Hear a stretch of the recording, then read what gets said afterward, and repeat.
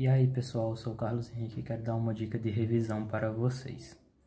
Bom, como vocês devem lembrar, na aula passada foram trabalhados dois conceitos que, apesar de muito simples, eles causam bastante confusão quando precisamos dizer o que cada um é, apesar de que estamos diariamente fazendo uso deles. Eu estou falando da língua e da linguagem.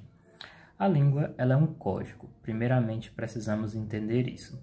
Ela é um código que está acessível para todos os falantes, tanto nós como nativos que fazemos uso da língua portuguesa, como também qualquer estrangeiro que queira aprender a nossa língua, e vice-versa, assim como nós também podemos ter acesso ao código em inglês, por exemplo, e podemos aprender esta língua e fazer uso dela em diversas situações de comunicação.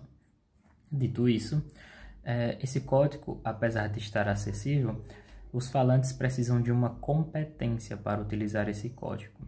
Então, diferentemente dessa presença mais homogênea que é a língua, que é um código único para todos, a linguagem, que é essa competência que todos nós temos para utilizar a língua, ela é heterogênea. Mas por quê? Porque existem diversas formas de utilização, ou seja, existem múltiplas linguagens. Podemos dar o exemplo da arte. Na arte nós temos muitas linguagens para se fazer uma obra. Nós podemos trabalhar com a pintura, nós podemos trabalhar com o cinema, com a música, podemos trabalhar com a escultura também e, claro, com um dos nossos mais acessíveis, que é a literatura.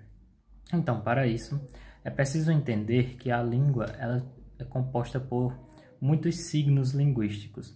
O que são esses signos linguísticos? É um conceito bem simples e que a gente pode exemplificar com um simples elemento. Eu tenho aqui uma moeda. Vejam que a moeda ela tem duas faces, não é mesmo? Aqui, que a gente chama de cara, e a outra que a gente chama de coroa, né? Aqui deste lado. O signo linguístico, ele é da mesma forma. Ele apresenta duas faces, que é o significante e o significado. O que é o significante? O significante é aquela sequência de sons que nós atribuímos aos diversos elementos que existem. Então, por exemplo, moeda. A palavra moeda é o significante. Essa sequência de sons, essa estrutura que forma a palavra é o significante. E o que ela é, o que eu tenho aqui em mãos, é o significado que está atribuído ao valor simbólico que nós demos às diversas palavras. Então, por exemplo, veja a situação de trânsito. Quando você se depara com o sinal verde, você sabe que você pode seguir. Então, o valor simbólico que foi atribuído a essa cor numa situação de trânsito é que nós podemos prosseguir. Assim como o vermelho significa que você precisa parar e o amarelo que você precisa prestar atenção.